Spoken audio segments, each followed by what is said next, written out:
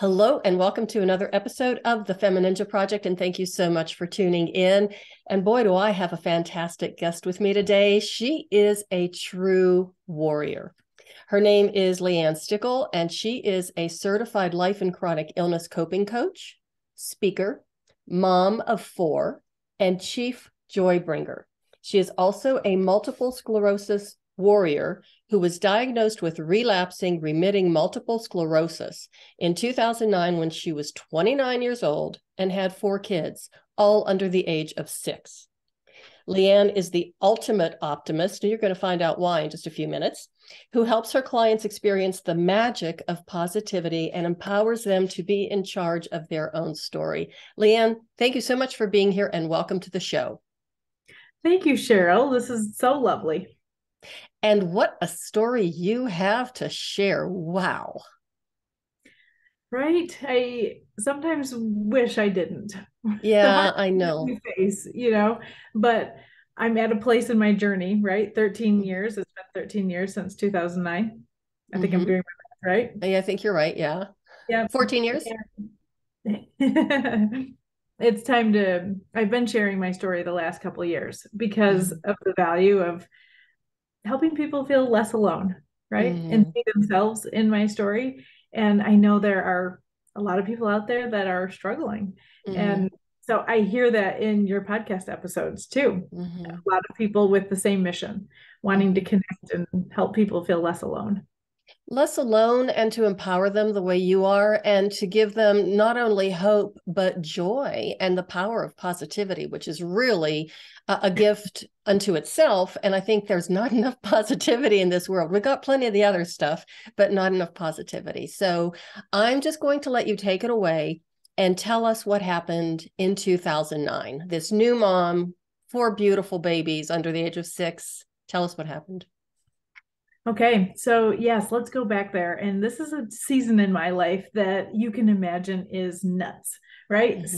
4 little kids. And I used to say I take calls in the order they're received. Like I can only help one person at a time. And it was a beautiful amount of chaos. And I loved it and I chose it. And so one of my early symptoms of MS was fatigue. Mm-hmm. But how many new moms have you met that are not tired? Mm-hmm. And especially one that has 4 little kids. Mm-hmm. Little kids that interrupt your nights, that come in, that want to sleep next to you, that need a drink, that need to go potty, right? Like the list goes. So fatigue is not a red flag for young Mm-hmm. moms. That's just the norm. It's like a Mm-hmm. badge. We wear it. We're so proud that we're so tired. So that I could explain away. I also had numbness and tingling. And what's incredible is that our brain wants to make everything make sense, right? Mm-hmm. And so I would explain that away. Like, well, I probably slept on my arm, or I had a Mm-hmm. kid next to me, or, I've got someone on my hip all the time walking around the house. So I'm probably just out of alignment, right? Right. I'm crooked. I need to go to a chiropractor, get straightened out. I probably have a pinched nerve, and that's why my fingers are tingly. You name it, I could explain it. Mm-hmm. And I even fell once in the summer of 2009. I got out of bed and I had no legs. I hit the ground, scared myself. My head was this close to the master bath trim. And even that I explained as, oh, my legs probably fell asleep because of kiddos and disrupted sleep. And because I was a drink all your water, eat your fruits and veggies, chronic illness wasn't on my radar. So Mm-hmm. I say all of that because I want people to be aware, to listen to themselves, to catch these early signs. Mm-hmm. And I'm lucky because I had an HMO. And when you have an HMO health insurance plan, it's kind of annoying. Okay. And I remember complaining about it because I had to go to my family doctor to get his sign off and say, yes, Leann, you can go do this and see the specialist. Mm-hmm. Right. And rightfully so, we think that we should be able to just be the boss of everything. Mm-hmm. And when you have a PPO, people that aren't familiar with those terms, it doesn't really matter. The point of sharing that is that when you have different types of insurance, they can require different things. And when you have a PPO, you have a lot more liberty to just say, I want to go to the chiropractor. My Mm-hmm. insurance will cover 15 visits, and that's the route I'm going. Because WebMD said I have blah, blah, blah. Right. So I go to my family doctor because I have the HMO and I say, Dr. Lawless, I just have numbness and tingling and I need to go to a chiropractor and I need you to write the referral so the insurance will pay for it. And he was like, time out. Wait, whoa, whoa, whoa. And to this day, I give him a hug because he spotted what I couldn't see. Oh. And he said, no, Leann, if you were 69, I might do that. But since you're 29, I really want to send you to a neurologist and have them look you over and do more testing. And at that time, with the little kids and the 800 appointments and all the things, and being a transplant with my husband's work and not necessarily having, a lot of help. Right. I was like, another appointment? No. So I definitely resisted, but I'm a good patient, a good student. I went, they did a physical exam. The neurologist had to send me for an MRI.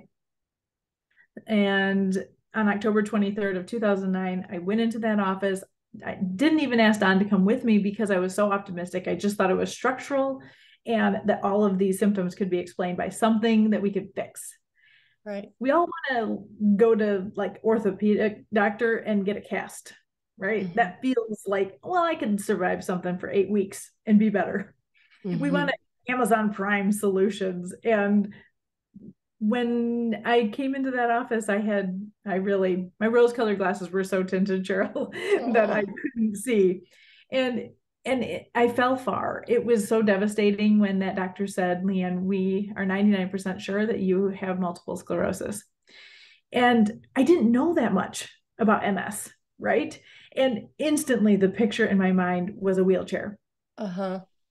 And in that moment, it wouldn't have surprised me, though I walked into the office, that they would wheel me out. Oh. You and I both know that didn't happen. But in the moment, right, the level of fear and devastation is just, it's yeah. And let me ask, you were in that office by yourself when you got that news? Oh. I was. And you had to drive yourself home? Oh, no. I went to my car and I was crushed. And, Don did come to the, office parking lot and I was on the phone with people that were supporting me.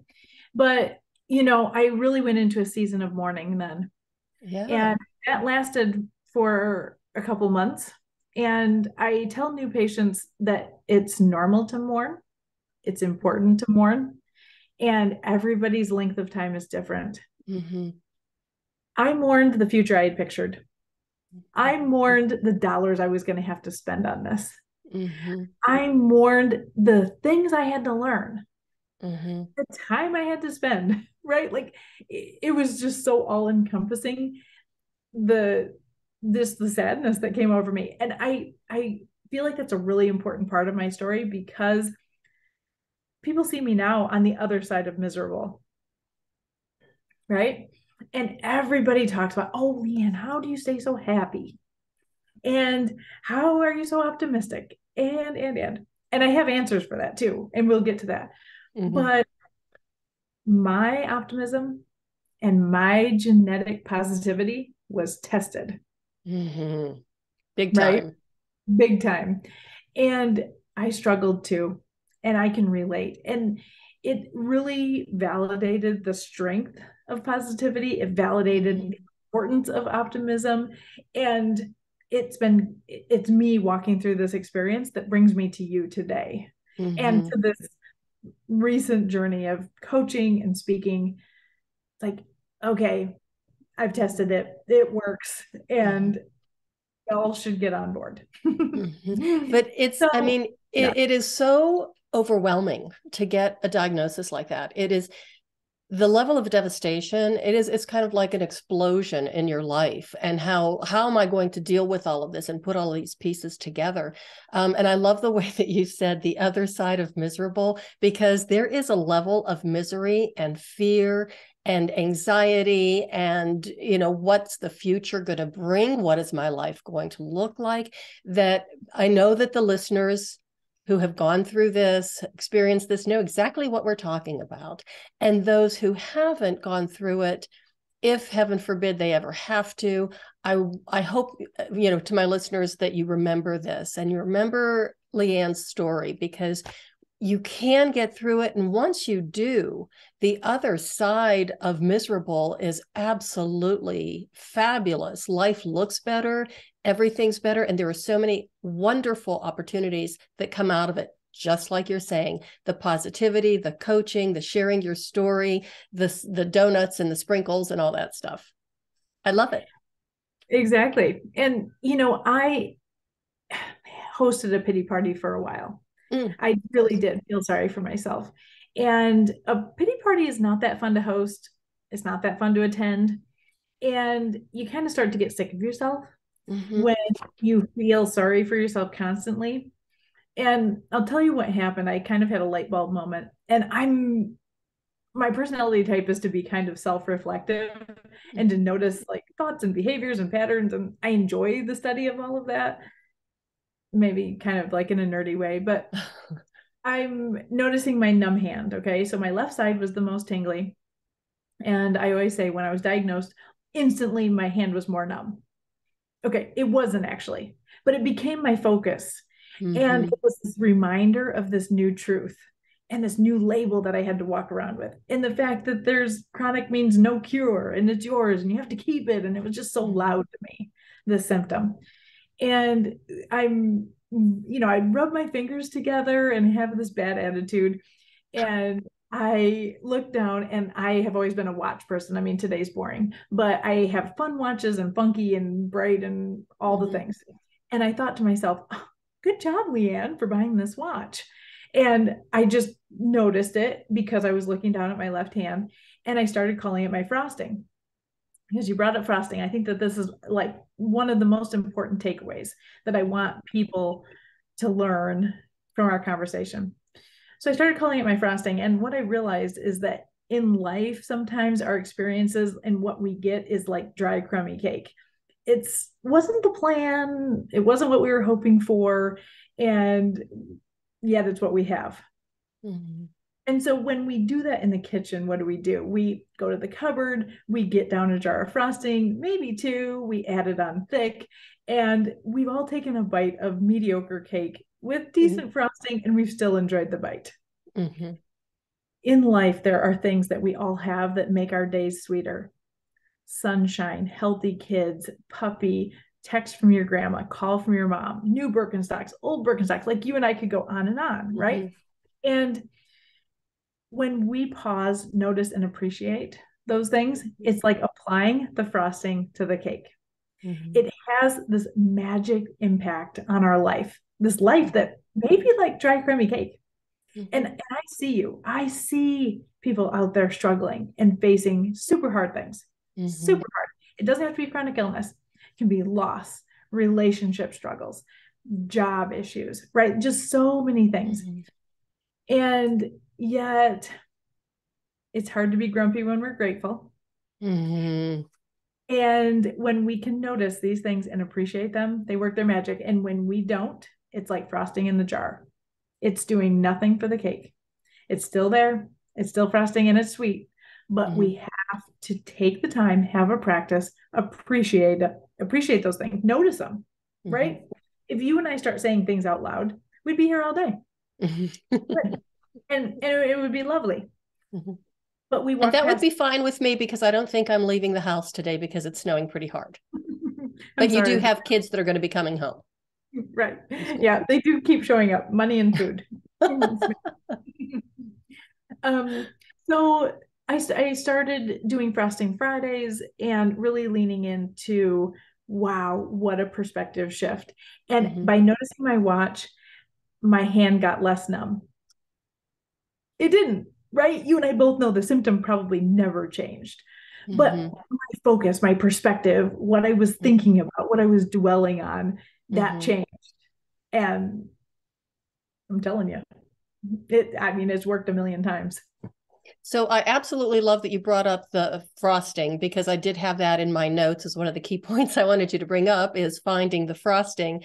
But you took it to like, an exponential level, your frosting, because you now add sprinkles to the frosting. Oh, 100%, right? Like, look around. I mean, if your kid high fives you or thanks you for anything, that is crazy sprinkles. I mean, Mm-hmm. just having your kid give you a hug is, I mean, it's all the things, and it's appreciating them. And we all hear about a gratitude practice. And the Mm-hmm. reason that we hear about that is because it's necessary and it Mm-hmm. works. And it's where happiness begins, is in Mm-hmm. gratitude. And this is my version of that. And Mm-hmm. it makes sense to me. Mm-hmm. And to me, it takes into account the reality of the life that isn't perfect. Mm-hmm. The That's the truth. Mm-hmm. It is sometimes like dry crummy cake, and Mm-hmm. maybe more often than not. Well, and nobody's life is perfect. No matter what we think we see on social media and, Instagram and all that kind of stuff.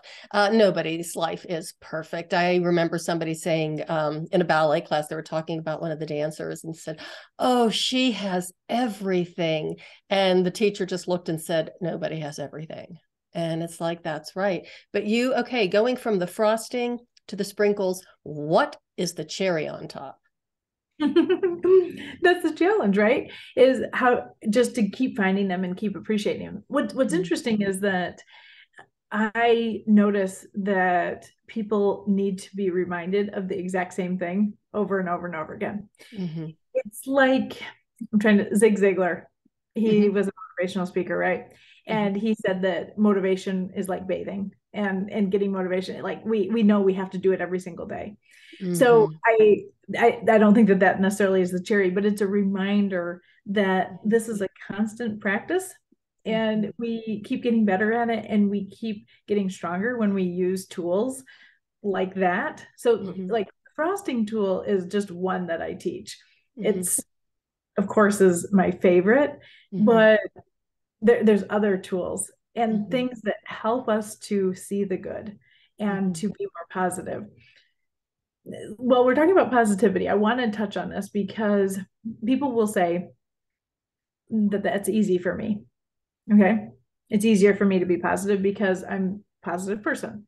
And someone may say, oh, I myself, like speaking about themselves, I'm a pessimist, or I'm just negative, or I'm like Debbie Downer, or you'll hear them say things about themselves, right? They are affirming a belief that they have about themselves.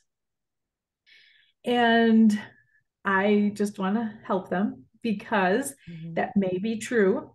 Okay. But I believe that my positivity is a gift, like a Mm-hmm. musician is gifted with music. Mm-hmm. We all know people that can sit down at the piano and just play, and it's amazing. And we're like, Mm-hmm. what? Why did that skip me? Like, I wouldn't be able to do that. But we will pay that person to teach us. Mm-hmm. And I took 13 years of piano lessons, and no one will ever pay me to play the piano. Okay. But Good to the know. lessons, yeah, but the lessons were worth it. There was value. I still enjoy playing the piano. And the gifted musician is sharing their gift by Mm-hmm. teaching. They share it by performing, right? Mm-hmm. And we would expect nothing less. Like, Mm-hmm. yes, please share, please give us that. Mm-hmm. I see this gift of positivity the same way. Mm-hmm. It's when we realize that it can be like a skill, like Mm-hmm. music, then it's something that I can teach and you can learn and practice and get better at. Mm-hmm. Does that mean that you're going to magically turn into the gifted, naturally positive person or the gifted musician? No, Mm-hmm. probably not. But can you get better? Mm-hmm. 100%. And I have seen it. I've watched people get better at being positive, and it's so Mm-hmm. cool. To me, it's hope. I want to Mm-hmm. offer hope to people that feel like they have a rain cloud following them around, or just feel like they see the negative. Trust me, Mm-hmm. that is super common. It is fed to us. It's around you everywhere. Mm-hmm. The decision to be more positive has to be so intentional, and like showing up at the gym, being Mm-hmm. willing to lift the weights, that it's literally the same thing. And results come slowly, but they do come, just like they do with fitness. I love the way you called it the rain cloud. I had a friend that I actually had to break up with because I couldn't take it anymore. She became so negative, and she wasn't like that when we first met and became friends, but over the years, she got darker and darker and more negative until she would walk into a room and all I could think of was walking thundercloud, because you never knew when it was going to explode. And I mean, it was just, she was unbearable to be around. And I like the way you did say that it is a choice, that we can choose to just try and change the script from being negative and seeing all of the downside of everything to just flipping it and see the positive. It changes the pathways in our brain. It actually changes our neural pathways. And your story is one that I've heard from another gentleman here in Denver who was diagnosed with MS when he was in his 30s. 2 kids, had just moved to Colorado, and he was told to go home and live his life, and that in 10 years he would be in a wheelchair and or dead. And he was like, no, you don't understand. Tell me what to do. And they're like, just go home, live your life, whatever is left. And that's it. So he didn't take it quite lying down, and he went into meditation. And he's my age, and he's still around. He's still teaching. He's teaching speakers. He's got an incredibly dynamic life. He's a grandfather. He still plays drums at his church. So, it's amazing what other people might put on us as labels, and just saying, you know what, that's not quite the way I see it. I'm just going to put the frosting on the cake and move on. Exactly. And I just want people to feel encouraged and empowered, right? And in my intro, that when I say I want people to be in charge of their story, it's because I see people feeling not in charge of their story. And the people that come to me are stuck and they're frustrated and annoyed. And I see people dwelling in the chronic illness space. And I'm going to give you a visual, because I do this with clients. I see them holding on to this chronic illness, and they're learning about it, and they're doing more research, and they're doing studies, which are great. And they're going to support groups, which are great. And they're participating in fundraising, which is great. Okay. But all of that is, I'm handling it. It's in my hands. I'm fussing with it. It's like all my browser windows that are open are related to it in some way. Okay. And maybe all some good, healthy things, but we're just holding on to it all the time. Can we set it over here on the shelf? Can it just be right here next to us, so that if I get it down, if the study makes sense for me, okay, I can hold on to it again, participate in the study, put it back on the shelf. Now, what else over here in life am I super excited about? Do I want to do 5K? Do I want to write a book? Do I want to learn how to knit? Do I want to read 12 books a month? I don't care what it is. It doesn't have to make money or accomplish anything, or it just something else that allows people to feel in charge of their story is so valuable, so important, and a game changer. And it has brought so much peace to me to know that my chronic illness is right here. It's handy. I can get it if I want to do something. And it helps people to feel not guilty about setting it down. Because you feel like, to be a good patient, you need to be like so actively engaged with all the pieces, right? And some people, that's okay, that they can manage all of that, and maybe it brings them life. Maybe it's good for them and healthy, but that's not true for everybody. And especially the people that I end up working with, the majority of them are frustrated with the fact that they've been holding on to this crazy illness for years and years and years, and it's just taken so much of their attention and energy and time, and joy. Right. And let's do something fun.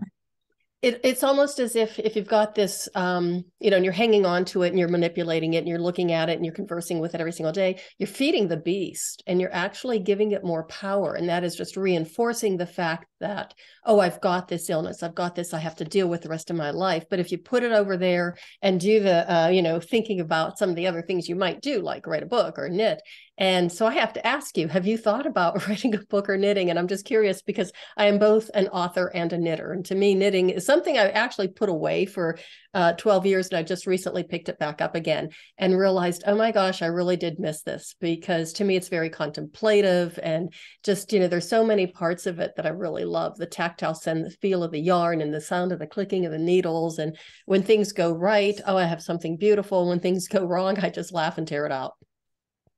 Well, that's inspiring. And I hope that it does inspire me to go back to knitting, because like 20 years ago, we lived in a place and I had these great girlfriends and a great art council or art, anyways, in the town that we lived, and they had knit nights. Oh. And it was so fun. And that's where I learned to knit, was with these girlfriends. And it's such a great memory. And I have a bin of it down in my craft room, but I can't say I'm an active knitter. I have 10,000 words of a book written, so it's definitely on my list. And I am not making any coach proud with the amount of writing I'm doing right this second. But I know that a book is a great tool to reach people, and it's a great business card to speak. And those are all part of, my next 20 years of goals. Well, I have to say, it doesn't matter if you're not making a writing coach proud. I am very proud of you, and especially the fact 10,000 words and 4 kids. So that's the other part of the equation. It's not just that, I'm sitting down here all alone. All I've got upstairs is, my husband's at work and the dogs are asleep. That's a whole different story than having 4 very young and active children running around that you're taking care of at the same time. It is. And, 2020 created a lot of space for us because all activities were canceled. And my Enneagram 3, like firstborn personality, didn't do super great with that. I mean, like, I am the definition of extrovert. I go into the gas station to talk to people. Most people don't do that. And that's like how much I love people. And 2020, I was on a starvation diet of people. And so thank goodness for the internet and Zoom and courses and masterminds. And so that ended up being a real season of growth. And my kiddos, those 4 cute kids, 6 and under, are now all teenagers. And my oldest is a sophomore in college. Wow. One is in college? Your oldest? Wow.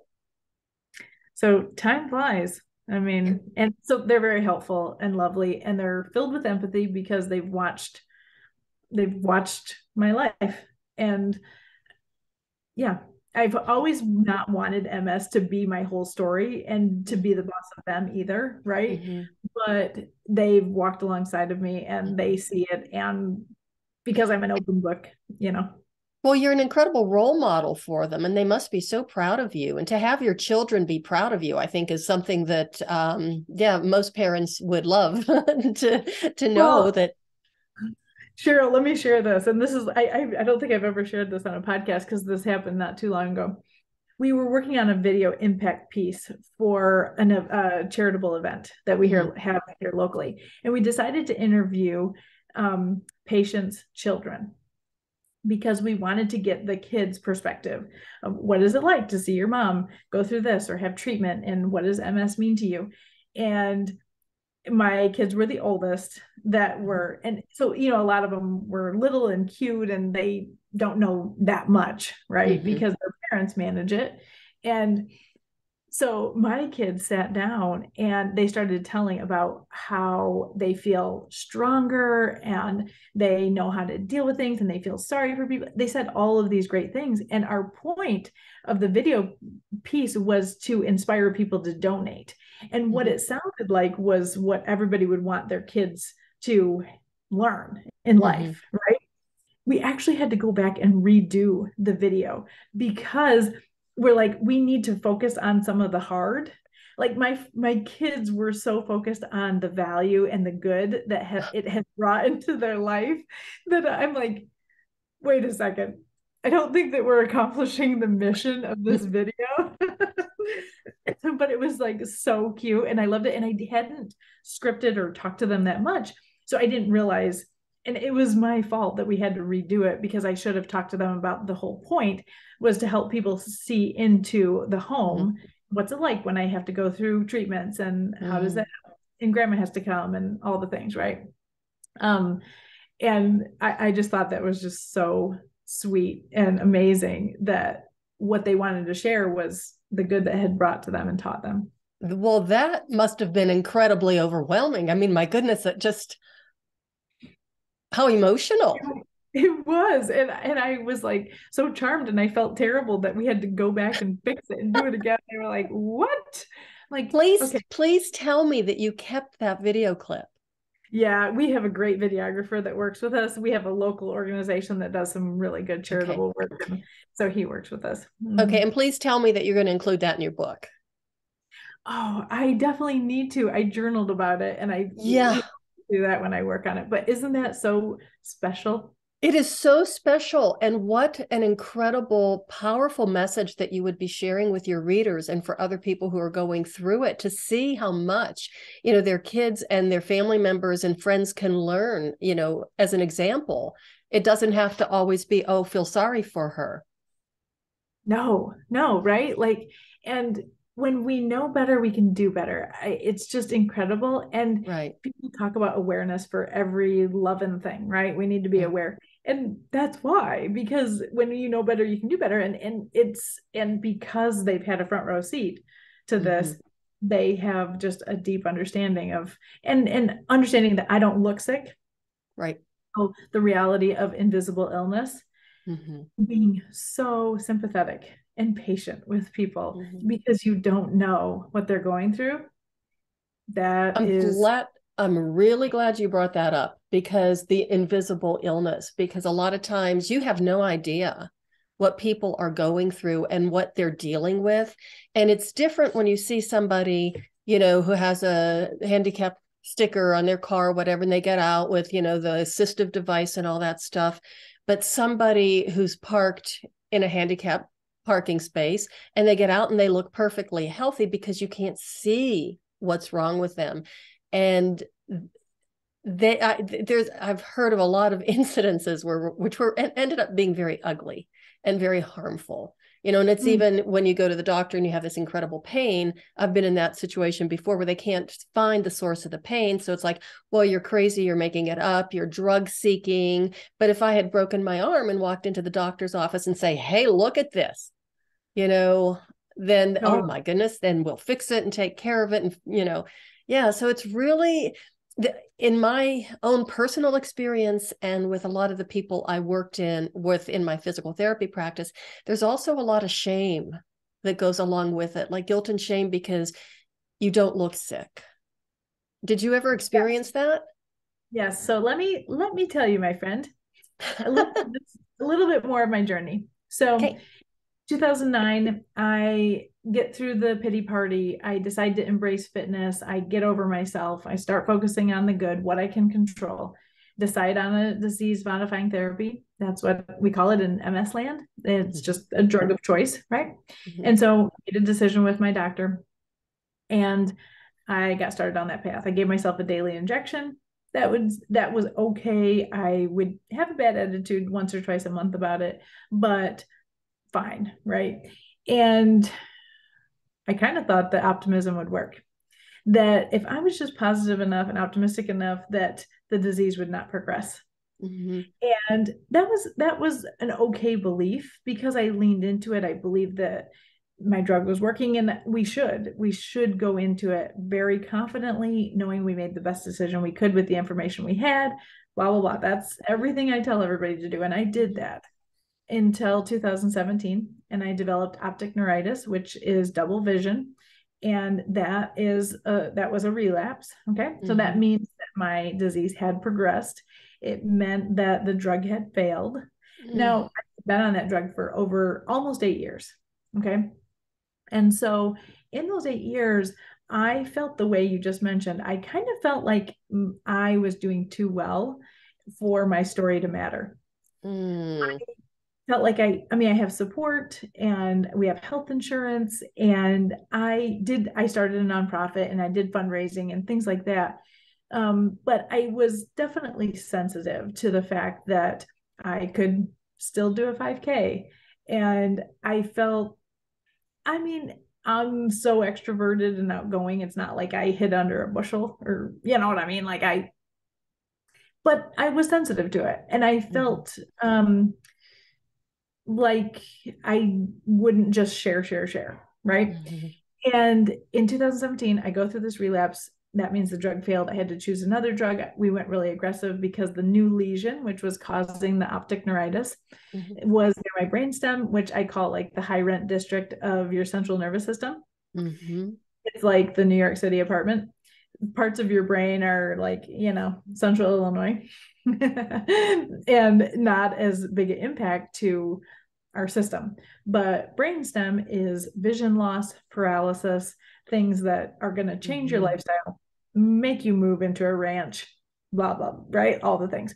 So all of a sudden, in that moment, my story mattered. I realized that I had been through enough hard that I needed to share my journey, and I needed to share what my own experience was. And that's really how I landed on social media.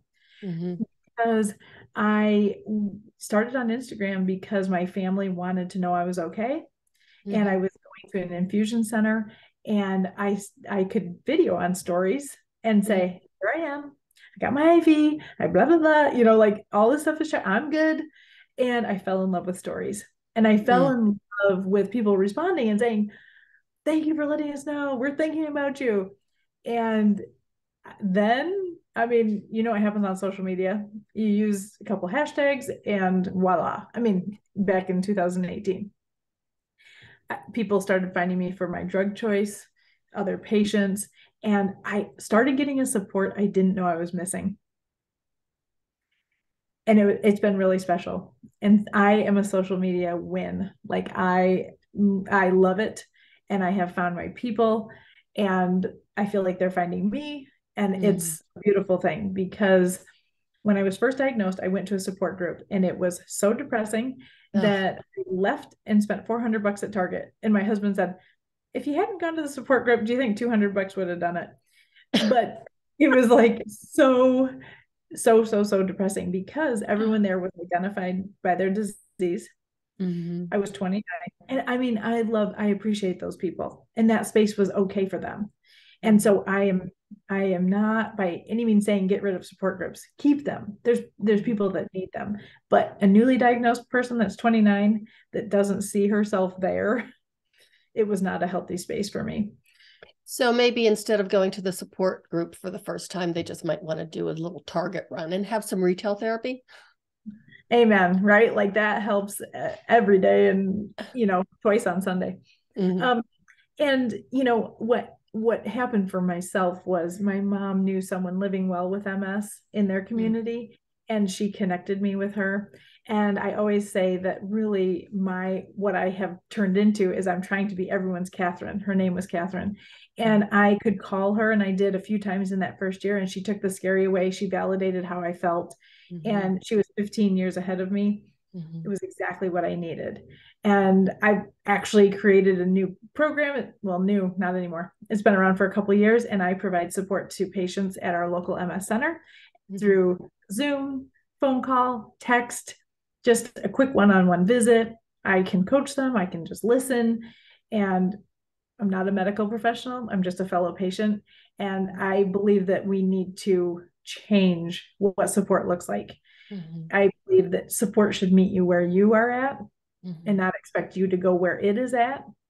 Because for a lot of women in their childbearing ages, 20s, 30s, 40s, that are being diagnosed with all the things, it's a busy season. And I don't want them to give up a volleyball tournament for a dusty old support group. But they still need support, right? Right. So the support that you provide is so much more valuable, I think, than a licensed medical professional trying to explain things to somebody. You need somebody who's walked the walk. You need somebody who's experienced it, because you have so much more empathy, connection, because And when somebody is standing in front of you or sitting in front of you with a clipboard and going through like the bullet points, that's not quite the same. Or going to a support group where everybody's like, oh, that's really contagious. And your positive energy is also contagious, and it's a good kind of contagious. I want to be infected with that. You know, everybody does. But the flip side is when you're surrounded by even one negative person, yeah, it really impacts you and your outlook on life. Oh, it does. I mean, like we all have to be determined and stubborn and Mm. decide that we're going to be positive. One of the tools that I teach is a tool I call decide to like it. And it is literally what it sounds like. What can you decide to like that you normally complain about? I tested this, and I mean it's got to be about 10 years ago. I found myself complaining every single day about the amount of times I drove to town for kids stuff. Okay. This is not related to chronic illness, but it can be applied to all the parts, right? Because we need to look at our life as a whole and not just, anyways, that side conversation. So I go to town, piano lesson, pick up from school, different schedule, different time out of school. I mean, like it was so inefficient. And I would try and think, oh, do I need to go to the bank? Do I need to go to CVS? Do I need, like, I was always trying to combine something. And it just caused me this agitation that it interrupted this like 2 hour block of my afternoon until I realized how much time I was wasting complaining. And I decided to like it. I'm like, you are going to love this. And you are going to listen to a podcast. You're going to call a friend. You're going to have one-on-one time with each kid. You're going to value the fact that you don't have them all in the vehicle with you at the same time. Right. And I fell in love with that activity and that part of my every single day. So much so that I will like arm wrestle you to keep those jobs. Like people, oh, okay, we can pick up so and so. I'm like, no, I'm good. I've got it. I fell in love with it. Can we decide to like something? I argue that you can. I still have not figured out how to like snakes. So I'm not saying that any tool is foolproof, but this is a process. This is becoming more positive. It's identifying spaces in your life that you can have a mindset shift that has a crazy impact. Yeah, I'm with you with the snake thing. I have finally learned after all these years to accept the fact that they do have a role on Earth, but we have kind of like this understanding that stay out of my sight, stay out of my yard. If you're in my yard, make sure I don't see you. And for heaven's sake, stay out of my garage. I had one in the garage a couple of years ago. Thank goodness my husband was in town, but he was out having lunch with a bunch of guys. It's a very long story, and it's actually really hilarious, but it didn't end well for the snake. I really didn't want it to die. But after we annoyed him so much, he just, we got him out of the garage. My husband had him trapped, like covered in a cardboard box. And once he flipped off the cardboard box, that poor little snake he was actually pretty long. He was so happy to be free that he just shot across the street without looking both ways before he crossed, and boom, lawn truck. It was really hilarious. So the moral of the story is look both ways before you cross. Right. No matter what you are. So right. Yes, I'm glad that we are in agreement about snakes, but it's all these pieces, right? And this is what I teach, and it sounds kind of simple, and it is, but it's not the easiest to apply it to our every day, every single day. Lean in, decide you can do this, you can be more positive, and it will make a difference. It'll help you. It'll help your relationships. Well, it sounds like you have to invest the work, especially at first. But like everything, every good habit and bad habit, it gets easier and easier as you go along. So at some point, it's almost unconscious. It's just, automatic. 100%. Again, you do not write, right. You do not write down brush my teeth on your to-do list. Right. You don't. You because you just do it. Yeah. And I do not write down find frosting. I just find it all the time, every day. And I talk about it that way, and I post about it, and I share. And I mean, I say it's magic, but it isn't really. It's a practice, and anybody can do it. They can try it out today. Well, it is magic. It's the magic of positive thinking.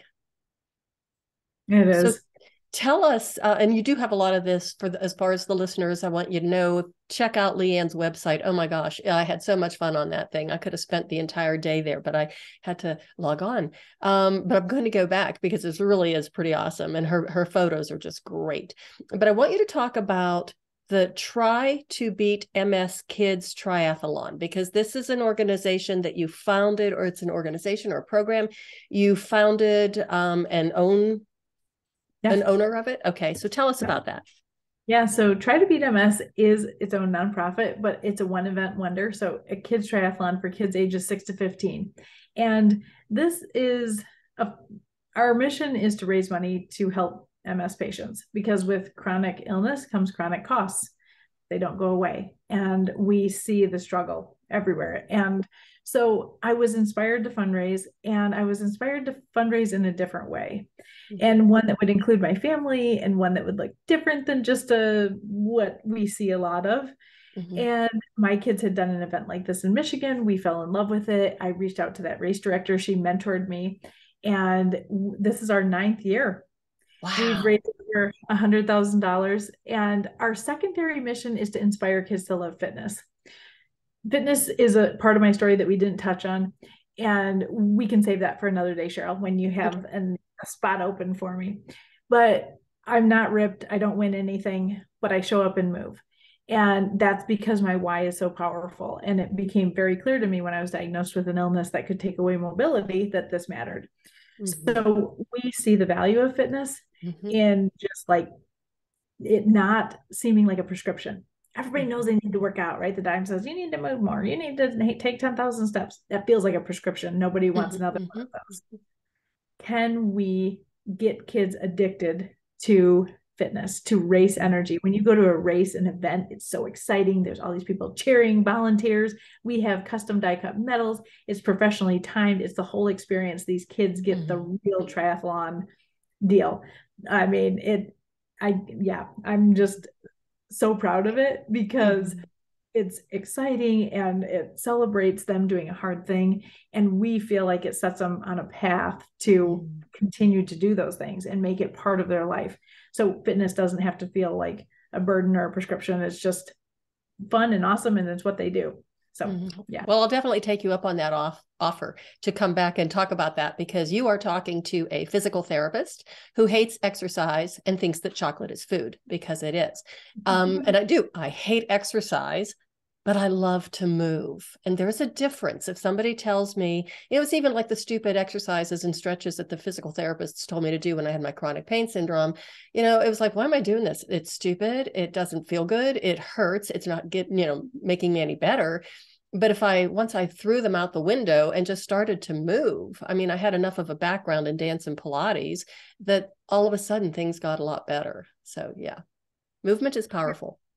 It is so powerful. So the triathlon is really special. And in another way, it's special because I think it's powerful to do good with the bad part of your story. And that's something that I often encourage clients to figure out, how they can do good with this piece of their story that they had to learn about, that they had to experience.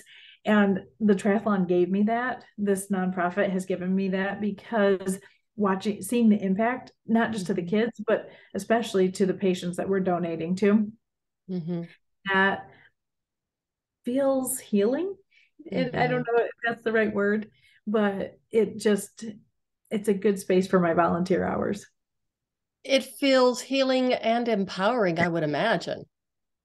Very empowering. Totally. And again, it's like, once again, you're not feeding the beast of the chronic illness. You put it aside and said, you stay over here in the corner and watch me. Exactly. Sorry, I have a tickle. Oh, that's fine. I've got my water here because I never know when my throat's going to just go crazy. Right? Oh my goodness.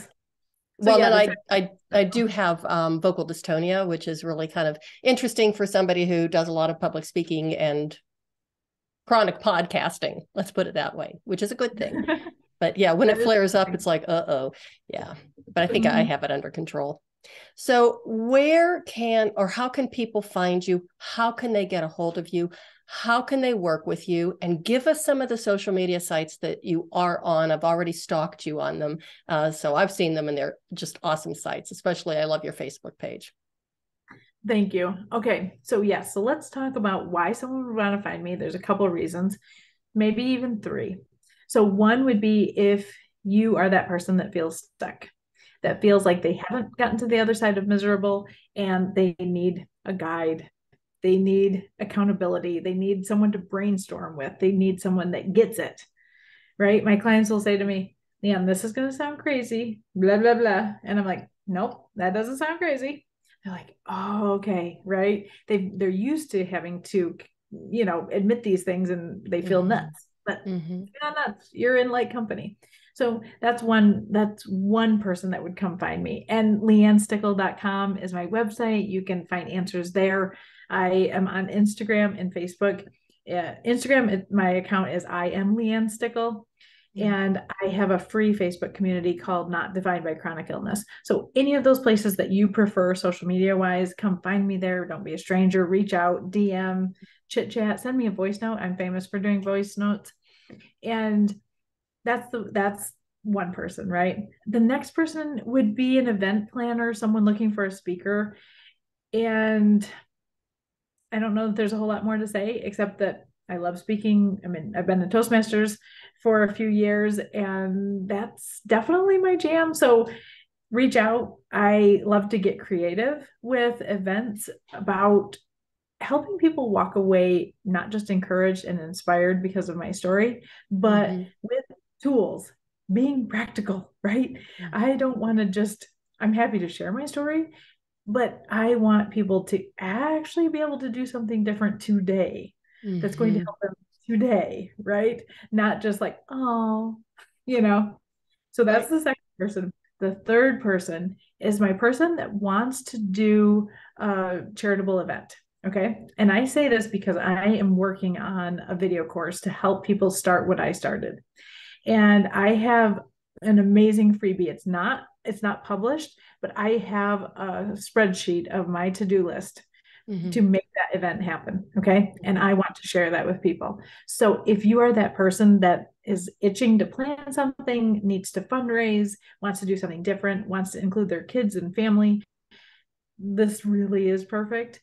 And I'm attempting to package it, but don't be a stranger. Reach out. I'll help you today, because the person that mentored me, I just hopped on the phone with her for a few times. We communicated through email, and I'm more than happy to pay that forward. Awesome. Excellent. Okay. So before we wrap up, do you have one specific pearl of wisdom that you can leave with the audience? I have a funny feeling I know what it is, but one thing. You do, Cheryl? I'm kind of guessing. Everyone has things in their life that make their day sweeter.